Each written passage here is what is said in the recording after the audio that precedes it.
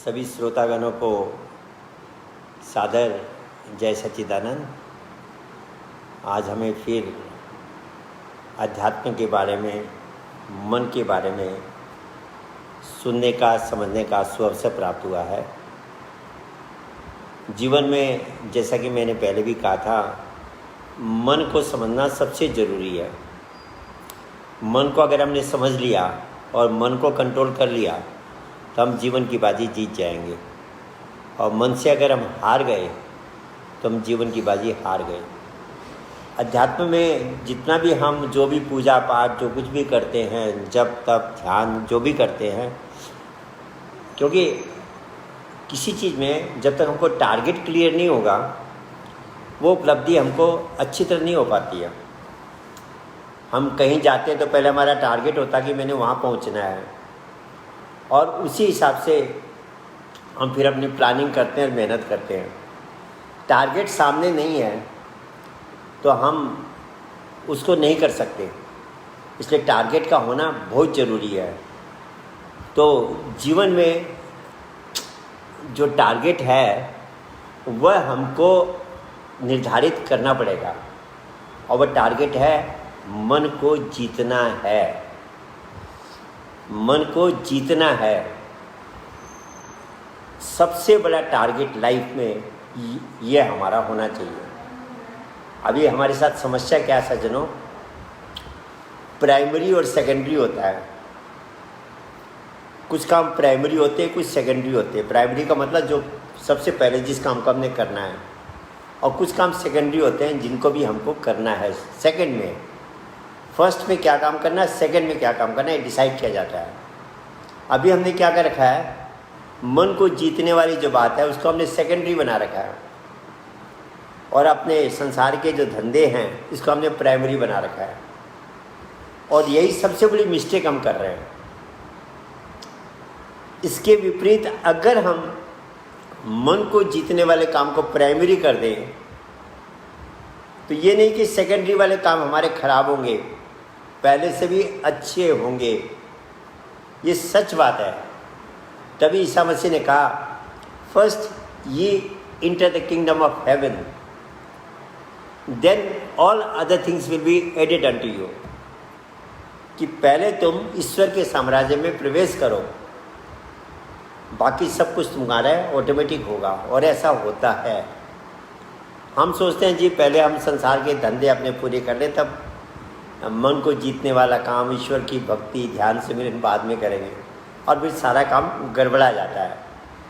इसलिए सज्जनों, हमको ये समझना पड़ेगा पहले, अध्यात्म सत्संग हमको ये प्रेरणा देता है कि जीवन में प्राइमरी जो काम है, सबसे ज़रूरी जो पहले हमने करना निर्धारित, वह है कि मुझे मन को जीतना है। और अगर आप हमारी प्राचीन परंपराओं को देखेंगे, ये परंपरा ठीक इसी को लेकर थी। बच्चा जब जन्मता है वो ध्यानावस्था में होता है। इसको साइंटिफिकली हम कहेंगे डेल्टा में होता है, फिर थीटा, अल्फा, बीटा आती है, और उसका ध्यान धीरे धीरे कम होता चला जाता है। 12 वर्ष के होते होते उसका ध्यान करीब करीब बहिर्मुख हो जाता है। तो हमारे ऋषियों को ये बात पता थी, और ये भी उनकी समझ में आया हुआ था कि पहले इसका आध्यात्मिक कार्य पूरा कराना है, उसके बाद इसको संसार में भेजना है। तो क्या था, 10-12 वर्ष की उम्र में एक संस्कार किया जाता था जिसको जनेऊ संस्कार भी कहते हैं हम, और टेक्निकली उसको हम उपनयन संस्कार कहते हैं। वह संस्कार क्या था सज्जनों, अभी तो उसका छिलका रह गया, उसका जो इसेंस था वो गायब हो गया। कहते हैं कि एक, ये चर्चा मैंने पहले भी कर रखी है, एक पहाड़ के गांव में लोग संतरा खाते नहीं थे, सड़ के गल के जा रहा था। कोई बुद्धिमान व्यक्ति वहाँ पहुँच गया, उसने कहा भाई ये पहाड़ में तो इतने मीठे संतरे होते हैं, आप लोग खाते क्यों नहीं हो? बोले कोई खाने की चीज़ है, बेस्वाद है ये। अरे बोला पहाड़ के संतरे तो बहुत मीठे होते हैं, इतना रसीले होते हैं, इतने स्वादिष्ट होते हैं। बोला नहीं होते। एक ने, लोकल आदमी ने एक संतरा तोड़ा और छिलके के साथ मुंह में लिया, थूक करके फेंक दिया। वो समझ गया कि इनको खाना नहीं आया। उसने दूसरा संतरा लिया, छिलका निकाल के दिया तो उसकी गुद्दी खाई तो बहुत अंदर का रस लिया तो कितना मीठा स्वादिष्ट था। तब से उन गांव के लोगों को पता लगा कि संतरे का छिलका में स्वाद नहीं है, उसकी अंदर के इसमें स्वाद है। तो ऐसे ही सज्जनों, अब तो जो उपनयन संस्कार होता है वो तो परंपरावश उसका छिलका हम देखते हैं। मुंह से गायत्री मंत्र जपना सिखा दिया, कुछ फॉर्मेलिटीज़ कर दी और कहते हैं कि आपका ये गायत्री मंत्र, आपका ये व्रत उपनयन संस्कार कंप्लीट हो गया। एक्चुअली उपनयन संस्कार कुछ और था। उपनयन संस्कार के समय में जो साधना आपने, हमने, सब ने गर्भ में कर रखी है, उस साधना को फिर से सिखाया जाता था। क्यों सिखाया जाता था? क्योंकि बच्चा जब गर्भ से बाहर आता है उसका लॉजिकल ब्रेन, कॉन्शियस माइंड काम नहीं करता होता है, तो वह जो अंदर की अनुभूतियाँ हो रही है, उसको अंदर प्रकाश देख रहा है, अनंत नाद सुन रहा है, अमृत पी रहा है, उस नाम का सुमिरन हो रहा है, वो सब चीज़ें उसकी समझ में नहीं आती, उसकी इम्पोर्टेंस समझ में नहीं आती है। और वह धीरे धीरे उस साधना को छोड़ता चला जाता है। उसका मन अंतर्मुख न रह के बहिर्मुख हो जाता है। इम्पोर्टेंस नहीं समझने के कारण बच्चा उन साधनाओं को, उस चीज़ को धीरे धीरे छोड़ देता है। जब 10-12 वर्ष का हो जाता है तो उसका लॉजिकल ब्रेन डेवलप हो गया, उसमें समझ आ गई, हर चीज़ को समझने की क्षमता आ गई, तो वह गर्भ की साधना फिर से सिखाई जाती थी कि देख, तेरे लिए इम्पोर्टेंट है और तू इसको पहले करेगा, इसमें निपुण हो जाएगा तो तेरा सारा जीवन सुखी होगा। ये बात समझा के, उसको सुना करके, उसके दिमाग में बिठा करके उसको वह गर्भ की साधना फिर से सिखाने की जो परंपरा थी, वह जनेऊ संस्कार या उपनयन संस्कार की परंपरा थी। पर अब छिलका रह गया, अंदर का एसेंस गायब हो गया। इसलिए कोई उसका आदमी उसको एक फॉर्मेलिटी के रूप में करता है, कोई रिजल्ट नहीं मिलता उसको। पर वह जो ओरिजिनल थी, अगर वह होती, जैसे संतरे के जो गुद्दी में जो रस है वह छिलके में नहीं है, ऐसे ही वह जो साधना, गर्भ की साधना थी, वो तो बहुत स्पेशल साधना है, मेटाफिजिकल मेडिटेशन है। उसको उस समय सिखाया जाता था। उपनयन का मतलब ही होता है, नयन का मतलब आँख, उपनयन का मतलब थर्ड आई। गर्भ में बच्चे का तीसरा नेत्र खुलता है, वह उस भर्गो ज्योति को अपने अंदर देखता है और उसका ध्यान करने से उसका मन डेल्टा अवस्था में चला जाता है, इतना एकाग्र हो जाता है। डेल्टा की अवस्था तो बहुत गहरी ध्यान की अवस्था है, जिसमें साइंस के हिसाब से मन की स्पीड, वाइब्रेशन जो है 0.5 to 4 साइकिल्स पर सेकेंड हो जाता है। बिल्कुल शांत हो जाता है मन, और शांत का मतलब एकाग्र भी हो जाता है। इसलिए वह एकाग्रता जब बच्चा बाहर आता है तो उसको हेल्प करती है। वो कितनी जल्दी सीखता है, बड़े आदमी और छोटे बच्चे में सीखने की स्पीड बहुत फ़र्क है। वह कारण एकाग्रता है, और वह एकाग्रता इसलिए आई जो उसने गर्भ में साधना की थी। तो ये परंपरा इसलिए थी कि वह गर्भ में फिर साधना करेगा और उस साधना को करके वह अपने को प्रिपेयर करेगा संसारिक जीवन बिताने के लिए। पर हुआ क्या, धीरे धीरे वह चीज़ लुप्त हो गई। हमने उसका अंदर का एसेंस छोड़ के छिलके पे आ गए। आजकल क्या होता है, उपनयन संस्कार के समय में, जनेऊ संस्कार के समय में मुंह से गायत्री मंत्र जपना सिखाते हैं। सज्जनों, भगवान ने हमें बुद्धि दे रखी है, सोचने की क्षमता दे रखी है। कभी हमने सोचा इस बात को कि गायत्री मंत्र केवल जपने तक की सीमित है या ये करने वाली चीज़ है? गायत्री मंत्र केवल जपने के लिए है या करने के लिए है? मुझे एक दृष्टांत याद आया। एक साहू जी, सेठ जी थे, बच्चे बड़े हो गए, सारा काम हो गया, तो मन में आया कि भैया आप तो संसार छोड़ के जाना है एक दिन। वैसे कोरोना सबको याद दिला रहा है कि तुमको जाना है, ये तो इसका प्लस पॉइंट है, ये हर व्यक्ति को मृत्यु की याद दिला रहा है। ये अध्यात्म कहता है, जो साधक होता है, आध्यात्मिक व्यक्ति होता है, वह डेली उसको एक बार मृत्यु याद आती है। वह दो बातों को कभी नहीं भूलता, एक प्रभु के नाम को और एक मृत्यु को। कहा भी है, दो बातों को भूल मत जो चाहे कल्याण, नारायण एक मौत को दूजे श्री भगवान। दो बातों को मत भूलो, प्रभु के नाम को और अपनी मृत्यु को। तो वह सेठ जी ने सोचा कि अब कुछ ना कुछ करना चाहिए। एक पंडित जी के पास गए, विद्वान व्यक्ति के पास गए, कहा गुरुजी अब तो बुढ़ापा आ गया, वृद्धावस्था आ गई, अब मैं चाह रहा हूँ मुक्ति के लिए सबसे बढ़िया क्या उपाय है, उसको अगर आप सिखा दें तो मैं उसको करूँ। सबसे श्रेष्ठ और सरल उपाय क्या है? तो गुरुजी ने कहा भैया गायत्री मंत्र का जाप करो, वह सब मंत्रों में श्रेष्ठ मंत्र है, यजुर्वेद का मंत्र है, और उसको जपना सिखा दिया। ओम भू भुवः स्वः तत्सवितुर्वरेण्यं भर्गो दिवस्य धीमहि धियो यो नः प्रचोदयात्। सेठ जी बेचारे शाम को बाहर अच्छा से एक पेड़ था, पेड़ के नीचे बैठ के, एकांत जगह में जा कर के पेड़ के नीचे बैठ के माला लेके इस मंत्र को जपने लगे। उस रास्ते से एक दिन एक साधु जा रहा था, ज्ञानी साधु था। उसने सेठ जी को मंत्र जपते हुए सुना तो वह सोचने लगा कि मंत्र जपने से तो बात बनेगी नहीं, सेठ जी को ये काम तो प्रैक्टिकली करना चाहिए। वो खाली थ्योरेटिकल मुंह से बोल रहे हैं, मुझे प्यास लगी और मैं मुंह से बोलूं केवल, मैं पानी पी रहा हूँ मेरी प्यास मिट जाए, इस मंत्र को 1000 बार जप के भी मेरी प्यास नहीं मिटेगी। मैं जो कह रहा हूँ, कहना बुरा नहीं है, पर उसके साथ साथ मुझे करना भी पड़ेगा। तो बोले सेठ जी को मैं कैसे समझाऊं? मैं कहूँगा, कहेंगे तेरे को क्या मतलब है? तो ज्ञानी व्यक्ति जो होता है वह दूसरे के भले के लिए थोड़ा अपमान भी सहन कर लेता है। साधु ने क्या किया, बगल में एक और पेड़ था, वहाँ वह भी एक माला लेके बैठ गए और सेठ जी का नाम पता किया, हीरालाल था। वो माला में ज़ोर ज़ोर से क्या जपने लगे, मैं हीरालाल के घर में जाऊंगा, चोरी करूंगा, उसकी तिजोरी का सारा पैसा मेरे झोले में आ जाए। इस मंत्र को जपने लगा वह।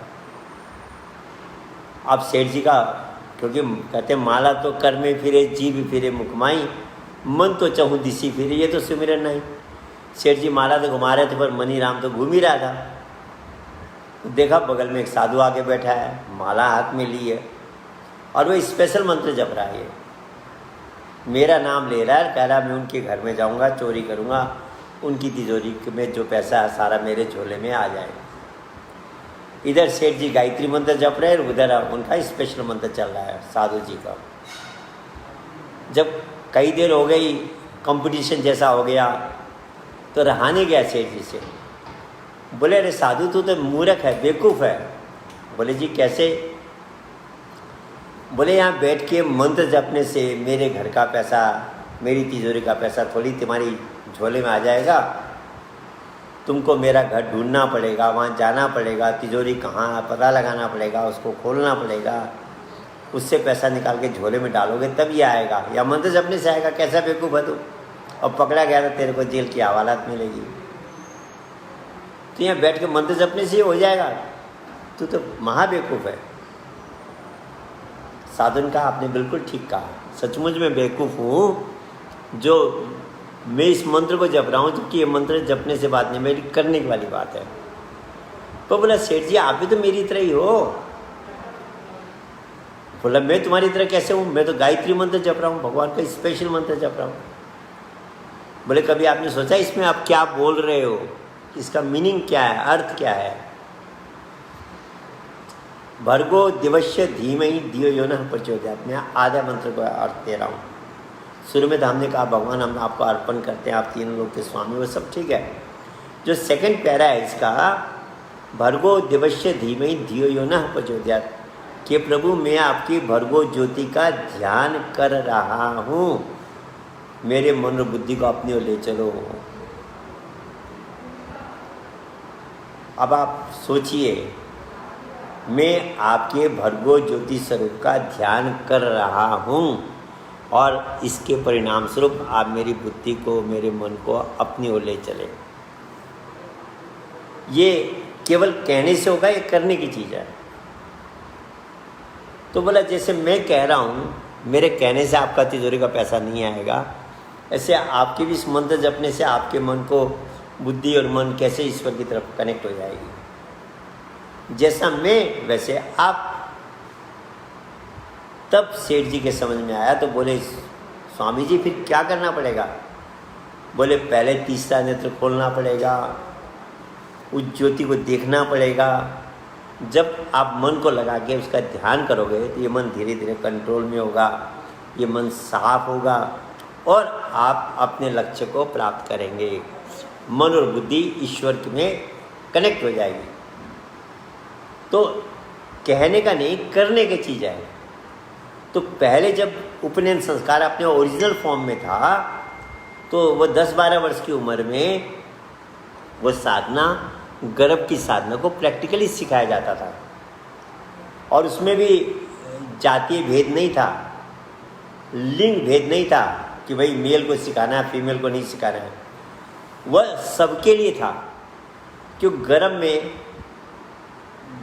बालक ने भी ध्यान किया है और बालिका ने भी ध्यान किया है।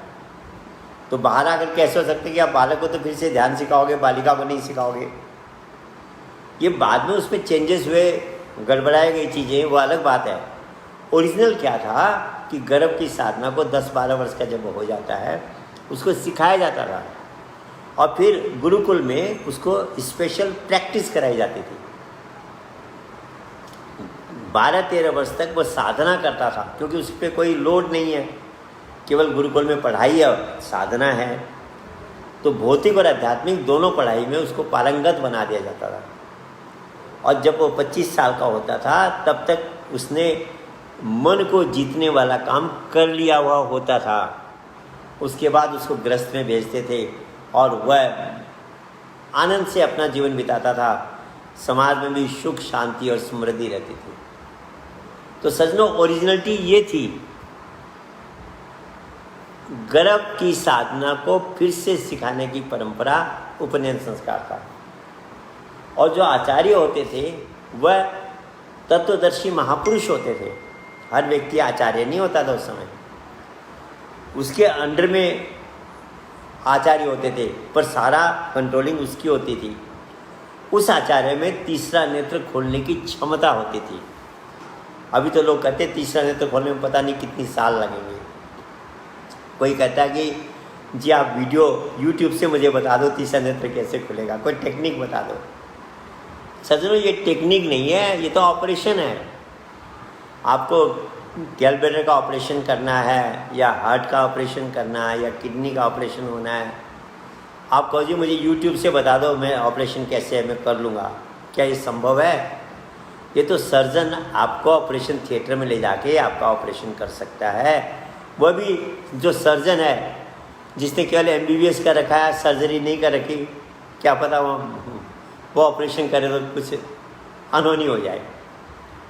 तो हम चेक करते हैं भाई सर्जन एक्सपर्ट है कि नहीं, उसने ऑपरेशन कर रखे नहीं करे, उसके बाद जाके हम ऑपरेशन कराते हैं।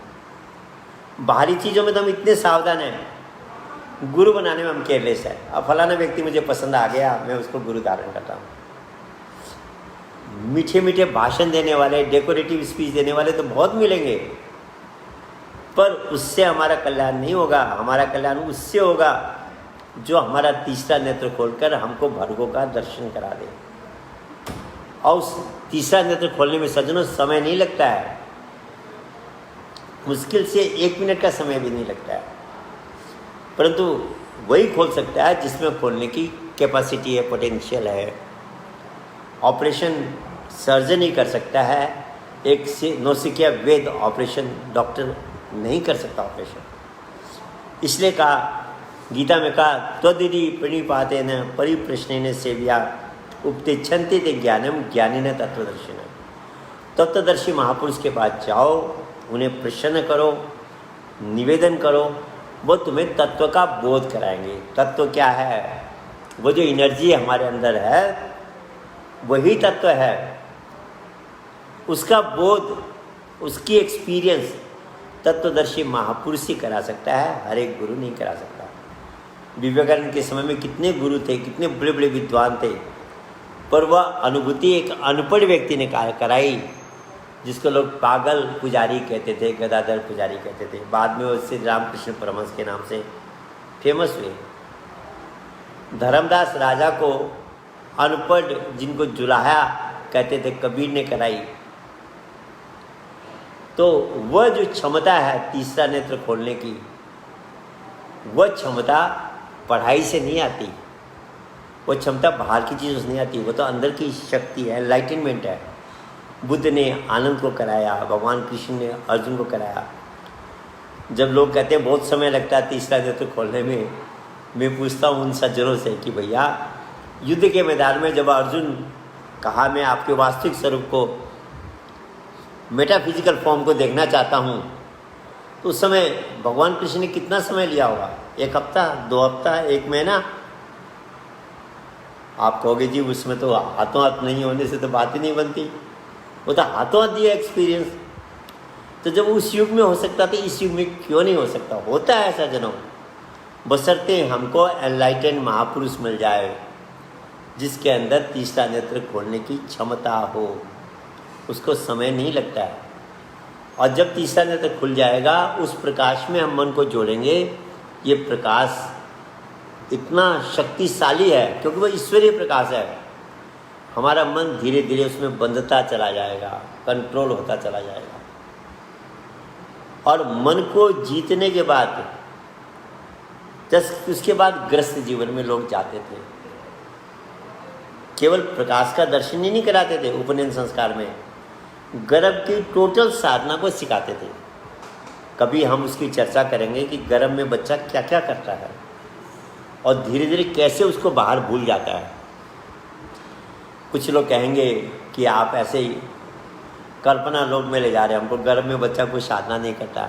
सज्जनों, करता है। मैं तो एक साइंस का व्यक्ति हूँ, मैं जल्दी से किसी बात पे विश्वास नहीं कर सकता था। जब मैंने इस बात को सुना, किताबों में पढ़ा, गर्भ गीता में, गरुड़ पुराण में लिखा कि गर्भ में बच्चा ध्यान सुमिरन करता है।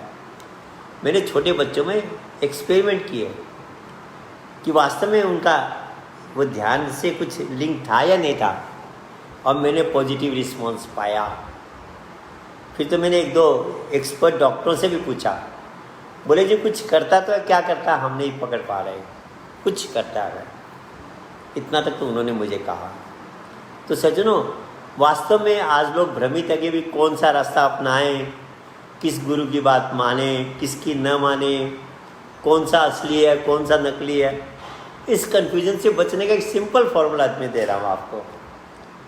आप किसी विद्वान के पास जाएं, किसी गुरु के पास जाएं, उसके एक बात कह दें, एक निवेदन कर दें कि बच्चा जो गर्भ में साधना करता था, मैंने जो गर्भ में साधना की, कृपया मुझे फिर से उस साधना को सिखा दीजिए, उस साधना को फिर से करा दीजिए।